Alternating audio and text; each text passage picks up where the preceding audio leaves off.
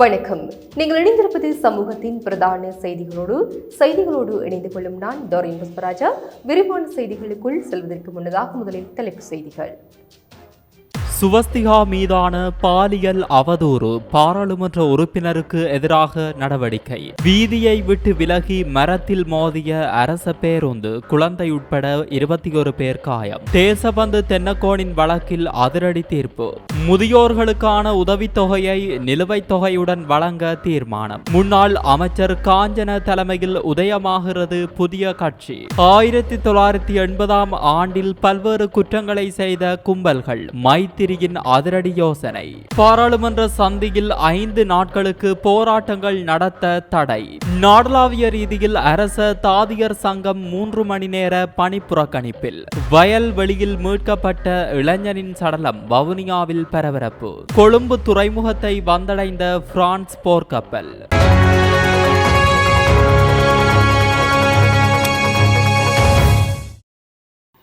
சபையில் பிரசன்னமாக இருக்கின்ற பாராளுமன்ற உறுப்பினர் அவதூறான சொற்களை பிரயோகிக்கும் பொழுது சபாநாயகர் அது தொடர்பான கட்டளை விடுக்க முடியும் என அமைச்சர் பிமல் ரத்நாயக்க தெரிவித்துள்ளார்.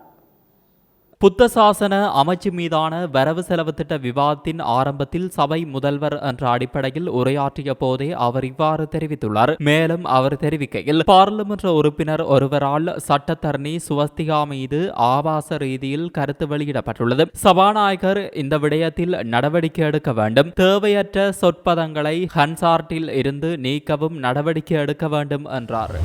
புத்தளம் ஆராய்ச்சிக்கட்டு பத்துலு ஓயா பகுதியில் இடம்பெற்ற பஸ் விபத்தில் குழந்தை உட்பட 21 பேர் காயமடைந்துள்ளதாக ஆராய்ச்சிக்கட்டு போலீசார் தெரிவித்தனர். இந்த விபத்து இன்று திங்கட்கிழமை காலை இடம்பெற்றுள்ளது. சாரதியின் கட்டுப்பாட்டை இழந்த பஸ் ஒன்று வீதியை விட்டு விலகி அருகிலிருந்த கடை மற்றும் மரம் ஒன்றின் மீது மோதியதில் இந்த விபத்து இடம்பெற்றுள்ளது. நிக்கவரட்டியவிலிருந்து கொழும்பு நோக்கி பயணித்த இலங்கை போக்குவரத்து சபைக்கு சொந்தமான பஸ் ஒன்றே விபத்துக்குள்ளாகியுள்ளதாக போலீசார் தெரிவித்தனர். விபத்தில் பஸ்ஸில் பயணித்த பயணிகள் மற்றும் கடையில் இருந்த குழந்தை உட்பட 21 பேர் காயமடைந்துள்ளதாக போலீசார் தெரிவித்தனர். காயமடைந்தவர்கள் சில மற்றும் முந்தல் ஆகிய வைத்தியசாலைகளில் அனுமதிக்கப்பட்டுள்ளதாக போலீசார் தெரிவித்தனர். இது தொடர்பான மேலதிக விசாரணைகளை போலீசார் மேற்கொண்டு வருகின்றனர்.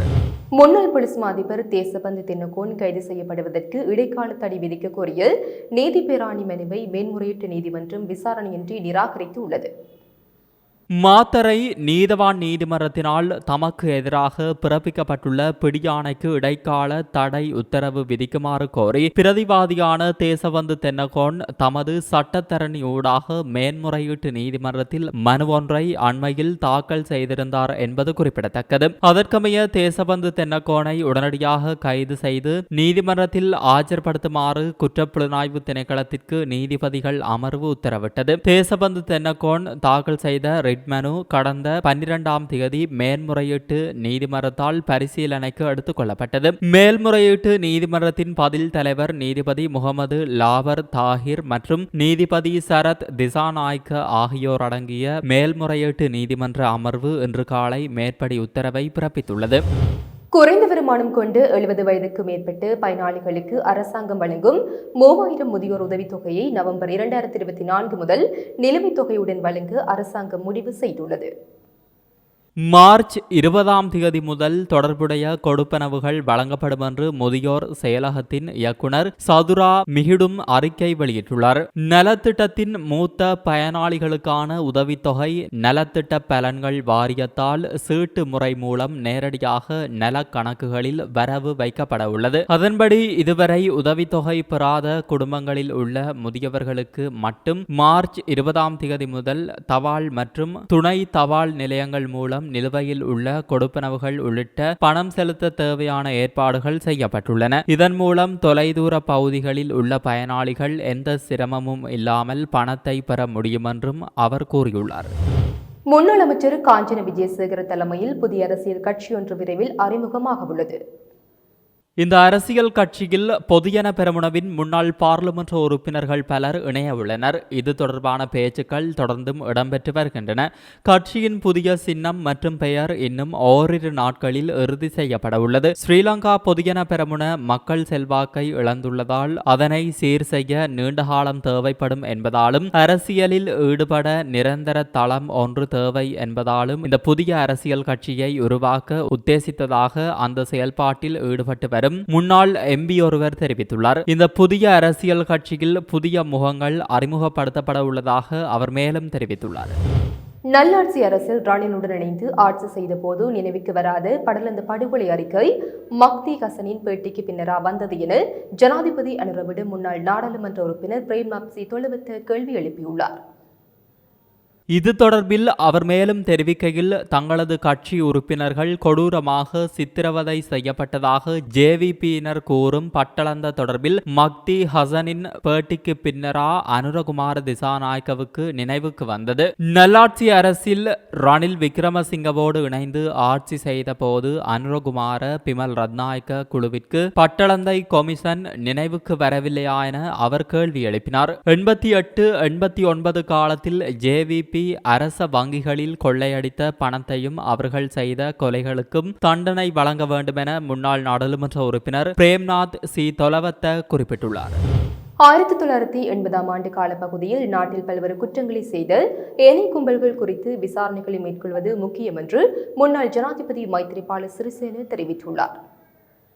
தனது காலத்தில் வேறு சில கமிஷன்கள் நியமிக்கப்பட்டதாகவும் அந்த கமிஷன்களின் அறிக்கைகளையும் செயல்படுத்துமாறு அரசாங்கத்திடம் கோரிக்கை வைப்பதாகவும் அவர் தெரிவித்துள்ளார். மத்திய வங்கி நிதி மோசடி ஆணைக்குழு மற்றும் இலங்கை நிறுவனம் ஆகியவற்றை விசாரிக்கும் ஆணைக்குழுக்களின் அறிக்கைகளை செயல்படுத்துவது நல்லது என்று முன்னாள் ஜனாதிபதி தெரிவித்துள்ளார். ஆனால் இந்த ஆணைக்குழு அறிக்கைகள் நாடாளுமன்றத்தில் சமர்ப்பிக்கப்பட்டாலும் அதற்கு அப்பாற்பட்ட கடமைகள் அமைச்சர்களுக்கு ஒதுக்கப்பட்டுள்ளன என்று குறிப்பிட்டார். வேலையற்ற பட்டதாரிகள் சங்கம் இன்று முதல் 21ஆம் தேதி வரை சத்தியாகிரகம் மற்றும் போராட்டம் ஒன்றை நடத்த ஏற்பாடு செய்துள்ள போராட்டக் குழுவினருக்கு எதிராக நீதிமன்றம் அறிவிப்பு ஒன்றை வெளியிட்டுள்ளது.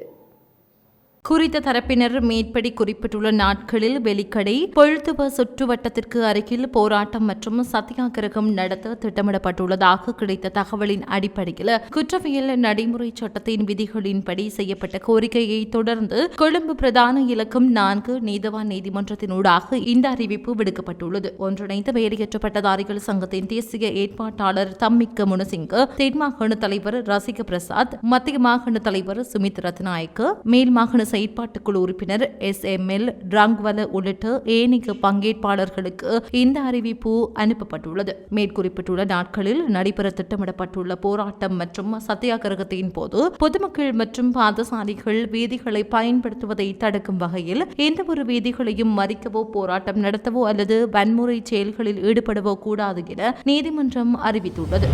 யாழ்ப்பாணத்தில் உள்ள உள்ளூராட்சி சபைகளில் போட்டியிடுவதற்கு ஐக்கிய மக்கள் சக்தி இன்றைய தினம் கட்டுப்பணம் செலுத்தியுள்ளது. யாழ் மாவட்டத்தின் 17 சபைகளிலும் போட்டியிடும் ஐக்கிய மக்கள் சக்தியானது யாழ் தேர்தல் திணைக்கள அலுவலகத்தில் இந்த கட்டப்பணத்தை செலுத்தியுள்ளது. இந்த கட்டப்பணத்தை கட்சியின் பிரதிச் செயலாளரும் யாழ் மாவட்ட பிரதான அமைப்பாளருமான உமா சந்திர பிரகாஷ் இன்று காலை செலுத்தியுள்ளார். இதன்போது உமா சந்திர பிரகாஷ் கருத்து தெரிவிக்கையில், எமது கட்சியின் தலைவர் மீது எமது மக்கள் கொண்ட நம்பிக்கை அதிகமாகவே இருக்கிறது. கடந்த ஜனாதிபதி தேர்தலில் கூட இங்குள்ள மக்கள் அமோக ஆதரவை கொடுத்திருந்தார்கள். இந்த முறை கணிசமான ஆதரவை பெறக்கூடிய நம்பிக்கையோடு இளம் வேட்பாளர்களை நிறுத்தி இந்த தேர்தலில் போட்டியிடுகின்றோம் என்றார். இதேவேளை ஐக்கிய மக்கள் சக்தி மற்றும் தேசிய மக்கள் சக்தி என்பன இன்றைய தினம் கிளிநொச்சியில் உள்ள 3 உள்ளூராட்சி சபைகளுக்கான கட்டுப்பணத்தை செலுத்தினர். ஐக்கிய மக்கள் சக்தி சார்பாக மாவட்ட அமைப்பாளர் மரியசீலனும் தேசிய மக்கள் சக்தி சார்பாக கிளிநொச்சி மாவட்ட அமைப்பாளர் மருங்கண்ண மோகனும் கட்டுப்பணத்தை செலுத்தினர். இதேவேளை இலங்கை தமிழரசு கட்சி சார்பாக கிளிநொச்சி மாவட்டத்தில் உள்ள 3 பிரதேச சபைகளுக்குமான மனுவை பாராளுமன்ற உறுப்பினர் சிவஞானம் ஸ்ரீதரன் கிளிநொச்சி மாவட்ட செயலகத்தில் செலுத்தியிருந்தார். நாடளாவிய ரீதியில் இன்று காலை 10 மணி முதல் பிற்பகல் 1 மணி வரை 3 மணி நேர பணிப்புறக்கணிப்பில் அரசு தாதியர்கள் போராட்டத்தில் ஈடுபட்டனர். இந்த நிலையில் மூதூர் தள வைத்தியசாலையில் கடமையாற்றும் தாதி உத்தியோகத்தர்கள் இன்று பகல் 12 மணியளவில் வைத்தியசாலை வளாகத்தில் கவனஈர்ப்பு போராட்டத்தை முன்னெடுத்தனர். 2025ஆம் ஆண்டுக்கான வரவு செலவு திட்டத்தில் தாதியர் சேவைக்கு இழைக்கப்பட்ட அநீதிக்கு தீர்வு கிடைக்கப்பெறவில்லை என தெரிவித்து இந்த கவனஈர்ப்பு போராட்டம் முன்னெடுக்கப்பட்டது. போராட்டத்தில் ஈடுபட்ட தாதி உத்தியோகத்தர்கள் தமது கோரிக்கை அடங்கிய பதாதைகளையும் ஏந்தியிருந்தனர். இதேவேளை நிதியமைச்சருடனான பேச்சுவார்த்தைகள் தோல்வியடைந்துள்ளதாக சுகாதார நிபுணர்கள் சங்கத்தின் தலைவர் ரவி குமுதேஸ் தெரிவித்துள்ளார். தீர்மானிக்கப்பட்டபடி நாளை காலை 7 மணிக்கு வேலை நிறுத்த போராட்டம் முன்னெடுக்கப்படும் என அவர் தெரிவித்துள்ளார்.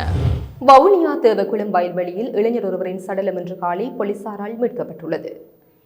மரபின்குளம் பகுதியைச் சேர்ந்த முனிரத்தினம் கருணா என்ற 23 வயது இளைஞனே இவ்வாறு வயல்வெளியில் சடலமாக மீட்கப்பட்டதாக தெரிவிக்கப்படுகிறது. குறித்த நபரின் சடலம் காணப்பட்ட பகுதிக்கு அருகில் அவர் கொண்டு வந்த பை, பாதணி மற்றும் தலைக்கவசம் காணப்படுவதோடு குறித்த பகுதிக்கு வெளியில் உள்ள வீதியில் மோட்டார் சைக்கிளும் நிறுத்தி வைக்கப்பட்டுள்ளது. இந்த நிலையில் சடலத்தை இன்று காலை அவதானித்து ஊரவர்கள் போலீசாருக்கு வழங்கிய தகவலின் அடிப்படையில் சடலத்தை மீட்டதோடு மேலதிக விசாரணைகளை ஈச்சங்குளம் போலீசார் மேற்கொண்டு வருகின்றனர். மட்டக்களப்பு மாவட்டத்தின் வெல்லாவெளி போலீஸ் பிரிவுக்கு உட்பட்டு பாளையடிவட்டி பகுதியில் ஜனாதிபதி பாதுகாப்பு பிரிவுக்கு சொந்தமான சொகுசு வாகனம் மற்றும் வெடிப்பொருட்களுடன் ஜனாதிபதி பாதுகாப்பு பிரிவில் கடமையாற்றும் விமானப்படை கேப்டன் ஒருவர் உட்பட 2 கைது செய்யப்பட்டுள்ளனர்.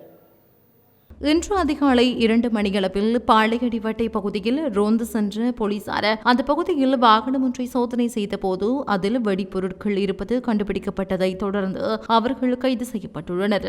குறித்த வாகனத்திலிருந்து வெடிப்பொருட்கள், வயர்கள், ஒரு வகையான திரவம் அடங்கிய 3 போத்தல்கள் கைப்பற்றப்பட்டுள்ளதாக போலீசார் தெரிவித்தனர். கைப்பற்றப்பட்ட வாகனம் ஜனாதிபதி பாதுகாப்பு பிரிவுக்கு சொந்தமான வாகனம் எனவும் குறித்த நபர்கள் புதையல் எடுக்கும் நோக்குடன் அந்த பகுதிக்கு வந்திருக்கலாம் எனவும் போலீசார் தெரிவித்தனர்.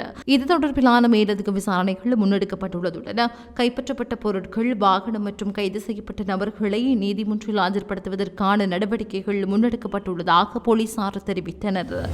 கடந்த 15ஆம் தேதி கிராண்ட் பாஸ் பகுதியில் கூறிய ஆயுதங்களால் தாக்கப்பட்டு 2 கொலை செய்யப்பட்ட சம்பவம் தொடர்பில் இதுவரை 8 சந்தேக நபர்கள் கைது செய்யப்பட்டுள்ளனர்.